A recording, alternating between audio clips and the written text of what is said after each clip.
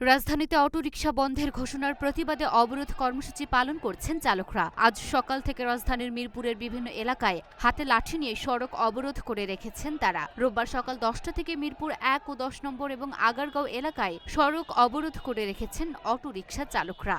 Autorickshaw চালকদের রাস্তা অবরোধ করার কারণে এসব এলাকায় যান চলাচল ব্যাহত হচ্ছে, ফলে মিরপুরের বিভিন্ন এলাকায় লম্বা যানজটের সৃষ্টি হচ্ছে। এদিকে পুলিশ সূত্রে জানা যায়, মিরপুরের বেশ কয়েকটি স্থানে অটোরিকশা চালকরা সড়ক অবরোধ করে রেখেছেন। তারা লাঠি হাতে রাস্তা নেমে অবরোধ করছেন। এ সময় তারা সড়কে যান চলাচল করতে দিচ্ছেন না। আন্দোলনকারীরা তাদের দাবি না মানা পর্যন্ত রাস্তায় থাকবেন বলছেন। সড়ক অবরোধের বিষয়ে রাজধানীর মিরপুর মডেল থানার ভারপ্রাপ্ত কর্মকর্তা মুন্সি সাব্বির আহমেদ বলেন, মিরপুরের বিভিন্ন এলাকা থেকে অটোরিকশা চালকরা মিরপুর 10 নম্বর চত্বরে এসে জড়ো হচ্ছেন। তারা লাঠি হাতে নিয়ে রাস্তা অবরোধ করে রেখেছেন। তবে পরিস্থিতি সামাল দেওয়ার জন্য ঘটনাস্থলে পর্যাপ্ত সংখ্যক পুলিশ সদস্য মোতায়েন করা হয়েছে। তাদের রাস্তা থেকে সরিয়ে দেওয়ার জন্য পুলিশ কাজ করছে।